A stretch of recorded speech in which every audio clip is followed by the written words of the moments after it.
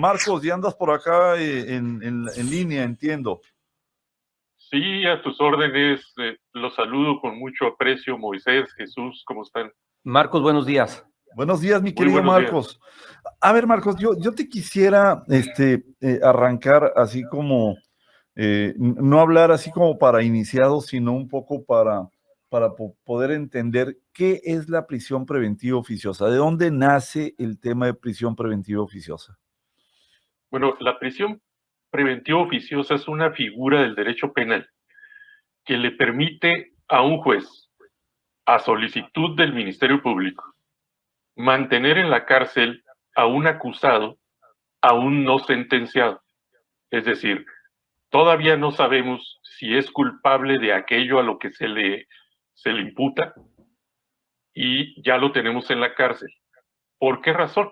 Porque se le considera una medida cautelar para efecto de que no se fugue o para efecto de evitar un daño al proceso penal, a la investigación o un riesgo para la víctima, para la propia comunidad, para los testigos. Eso es lo que dice la Constitución y el Código Nacional de Procedimientos Penales. Por lo tanto, hay dos tipos de prisiones preventivas.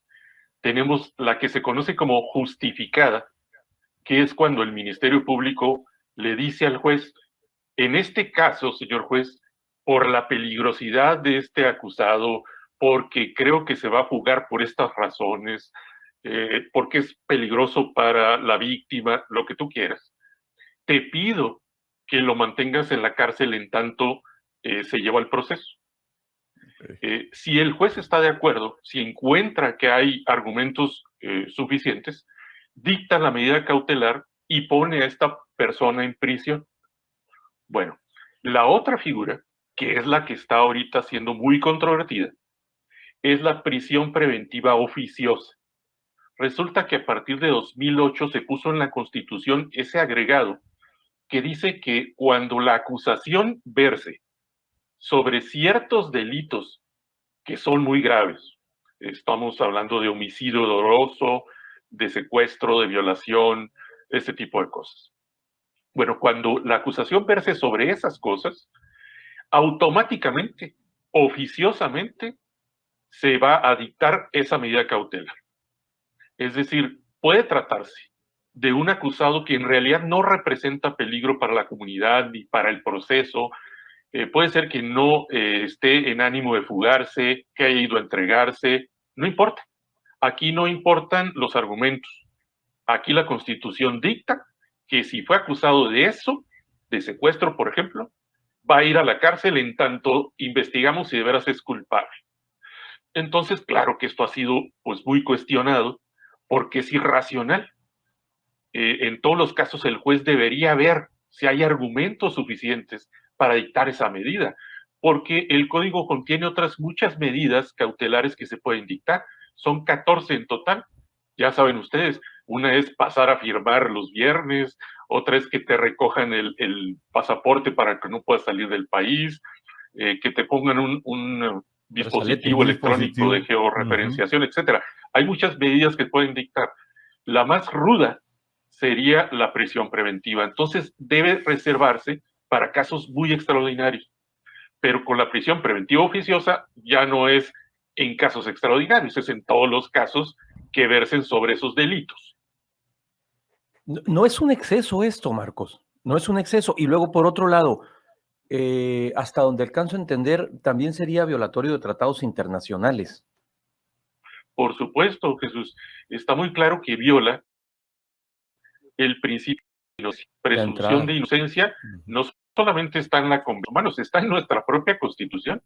Y pues te encarcelan por oficio, pues, ¿no? Por eso se llama prisión preventiva oficiosa, ¿no? Pues te meten al bote por oficio, ¿no? Después averiguamos. Sin mediar. Después averiguamos. Y además, si tuviéramos un sistema de impartición de justicia, de procuración de justicia, que tuviese mecanismos para salvaguardar la cadena de custodia, para investigar, para tener servicios periciales profesionales, investigadores acreditados, bueno, pues pudieses decir, pero aquí déjame, te meto primero a la cárcel para ver si puedo investigar y armar una carpeta de investigación y después turnársela al juez. ¿Es correcto así? Y no se presta mucho a soborno también esto. Sí, es correcto, es correcto. Sí. ¿Cómo lo sientes tú, Marcos? Se presta mucho a corrupción Sí. y abuso de poder, Sí. porque pues el gobierno tiene la posibilidad de imputarte quizá por hechos de corrupción, digamos, que es uno de los delitos enlistados en el artículo 19. Entonces te imputa un hecho de corrupción y te mete a la cárcel, aun y cuando quizá no tenga ni siquiera alguna prueba, un indicio de que eres culpable, pero te tiene ahí como preso político. Voy a hacerte una consideración. Discúlpame que te haya interrumpido. Por ejemplo, ¿no son los delitos electorales motivo de prisión preventiva oficiosa? Sí, también se agregaron al listado del artículo 19 recientemente, apenas en el año 2019, se agregaron otros 10 delitos. Ese artículo contenía solo 6, ahora tiene 16. Y además, dice el artículo, y todos los demás delitos graves que digan las leyes. Entonces, algo que también sucedió, pues, es que el gobierno determinó que los delitos fiscales, fíjate nada más, los delitos fiscales los iba a considerar de seguridad nacional y por lo tanto eran delitos graves de los que se suman a la lista del artículo 19 de la Constitución. Por lo tanto, Hacienda te acusa de una evasión, de un contrabando, y entonces vas a la cárcel en lo que se averigua si de veras eso ocurrió. Porque está entonces listado tiene el poder en el artículo 19 de la Constitución que ese es un delito. Pero, por ejemplo, el INE dijo que cierta funcionaria cometió delitos electorales. Pudiese pensarse que puede ser sujeta de prisión preventiva oficiosa, Marcos, en el estricto sentido de esta expresión. Sí, lo que pasa es que el INE y el Tribunal Electoral determinaron que esta funcionaria había incurrido en determinados hechos. Esos hechos, para efectos de estas autoridades, son faltas administrativas electorales. Entonces impusieron una sanción. Lo que pasa es que esos mismos hechos constituyen automáticamente un delito electoral, pero eso corresponde a otra autoridad procesarlo, que es la FEPADE. Y la FEPADE no ha querido tomar ese expediente, hacer lo suyo y procesarla por la vía penal, pero debería hacerlo porque está comprobado que cometió esas irregularidades, que son a la vez falta administrativa y falta penal. Marcos, a ver, también no se corre el riesgo luego de saturar aún más los penales en México con una medida de esta naturaleza. A lo mejor es ocioso lo que te estoy preguntando, pero ahorita, según tengo documentado, más del 40% de la ocupación de los penales en México son de presos que no están sentenciados. ¿Esto no llenaría aún más, no representaría un problema en ese sentido también? Sí, por supuesto, ha representado un problema, porque de los 225,000 reos que tenemos en las cárceles mexicanas, aproximadamente 93,000, o sea, como el 42% son inocentes legalmente. Es decir, todavía no han recibido una sentencia que diga que son culpables y están ahí en la cárcel, 42%. De esos 93,000, por cierto, hay muchas mujeres. ¿Por qué? Pues porque se les usa, lamentablemente, por parte de la delincuencia organizada para efectos de delitos contra la salud, ¿no? Para trasiego de drogas, ese tipo de cosas. Entonces, hay muchas mujeres que realmente no deberían estar en la cárcel y que están ahí por virtud de esta figura, pues que es, como bien señalabas hace un momento, Jesús, inconvencional. Y si me permites aquí, comento que apenas ayer fue la audiencia pública en la Corte Interamericana sobre Derechos Humanos por un caso contra México, por esta figura justamente. Se trata del caso García Rodríguez y otro contra México, donde están alegando haber estado 17 años en la cárcel bajo la figura de prisión preventiva. Y estas personas llegaron ya hasta la Corte Interamericana. La Corte estará por resolver este caso en un par de meses, yo creo, y seguramente va a condenar a México a que reforme su constitución y elimine esa figura de la prisión preventiva oficiosa. fue muy interesante escuchar como perito ayer en la audiencia en Brasilia al exministro José Ramón Cosío, que hay que recordar que él siempre, como ministro, había venido diciendo esto, que esa figura era inconvencional, y él proponía eliminarla. Y bueno, hasta ahora la Corte Interamericana, por un lado, pero también la Suprema Corte de Justicia de la Nación, están resolviendo casos al respecto. La Suprema Corte tiene 2 asuntos por resolver, que va a atender el mes de septiembre, el 5 de septiembre. Son unas acciones de inconstitucionalidad por un lado que se acumularon y un amparo en revisión por otro. Seguramente están recibiendo mucha presión del gobierno. Por ahí vimos un desplegado de la Secretaría de Gobernación donde le piden a la Corte que no elimine la figura, que eso iría en contra de la estrategia del gobierno en materia de seguridad. Yo me pregunto, pues, ¿cuál estrategia? Porque no la conocemos todavía. Pero lo importante es ver que no importa mucho ya la presión que el Ejecutivo imprima sobre la Corte, porque más allá de esto, la Corte Interamericana está ya por condenar a México y ordenarle que remueva esa figura. Claro. Perdón, Marco. Entonces, todo esto empieza porque de alguna manera se desliza por parte de la Suprema Corte de Justicia, o se publica por parte de la Suprema Corte de Justicia ya el turno para revisar este caso. ¿Cómo vendría o cómo estimas que pueda venir la sentencia de la Suprema Corte de Justicia sobre este tema de prisión preventiva? Marcos Pérez Esquer.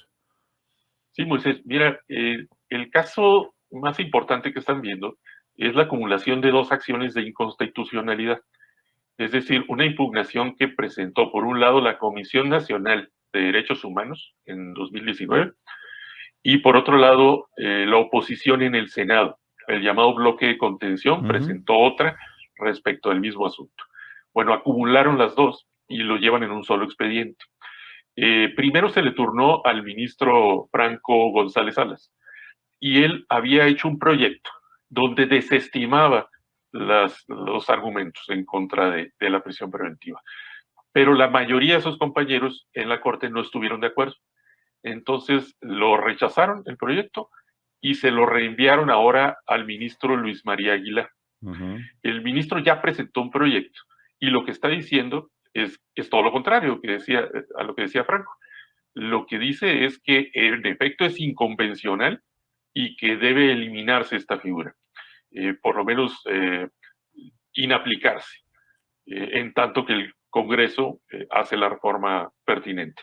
Pero va en concordancia con lo que está diciendo la Comisión Interamericana de Derechos Humanos y lo que seguramente va a decir en 2 o 3 veces la Corte Interamericana de Derechos Humanos también. Muy bien. Y más o menos tenemos, para ir cerrando ya, tenemos calculados los tiempos, Marcos. ¿Cuánto puede pasar para que esto ya finalmente se determine? Pues lo que se está viendo, al parecer, es que la Suprema Corte de Justicia quiere adelantarse a la resolución de la Corte Interamericana. ¿Por qué? Pues poniéndose el guarache, para que no sea la Corte Interamericana, este ente supranacional, el que venga a enmendarte la plana, pues mejor la enmiendas tú internamente. Entonces, por eso piensan resolver antes. Lo tienen listado para el 5 de septiembre. Semana que entra, es decir, pues, ya muy próximamente. La próxima semana. La próxima semana, sí. Y lo tenían listado para el pasado 24 de agosto, pero con la presión del gobierno, que les pidieron pues tener charlas y demás, lo postergaron para el 5 de septiembre. Es decir, en parte ceden a la presión del gobierno, pero me parece que no van a ceder en el fondo. Ellos van a querer adelantarse a la Corte Interamericana porque pues les queda claro que si no resuelven así, la Corte Interamericana se los va a ordenar. Y les va a corregir la plana. La prisión preventiva oficiosa es algo que afecta a la pobreza. El 70% de las personas que están en el esquema de prisión preventiva oficiosa son pobres, es decir, están en los deciles de pobreza. Marcos Pérez Esquer, muchas gracias. ¿Nos puedes compartir tus redes sociodigitales, Marcos Pérez Esquer? Sí, estamos en Twitter como @Pérez Esquer, en Facebook, /Pérez Esquer, en LinkedIn también, /Pérez Esquer. Marcos, muchas gracias. Como siempre, muy generoso y muy interesantes tus opiniones, tus comentarios. Muchas gracias. Muchas gracias a ustedes, Jesús, Moisés, gusto saludarlos. Buen fin de semana.